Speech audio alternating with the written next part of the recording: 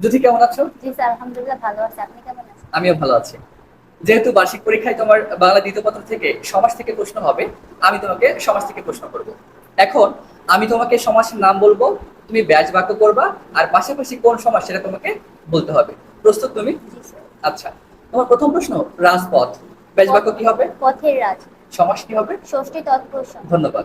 পরের প্রশ্ন, অনাশ্রিত। ব্যাস বাক্য কি হবে? নয় আশ্রিত। সমাস? নয় তৎপুরুষ সমাস। ধন্যবাদ। গ্রামান্তর। অন্য গ্রাম। সমাসের নাম? নিত্য সমাস। ধন্যবাদ। দিক বিদিক। দিক ও বিদিক।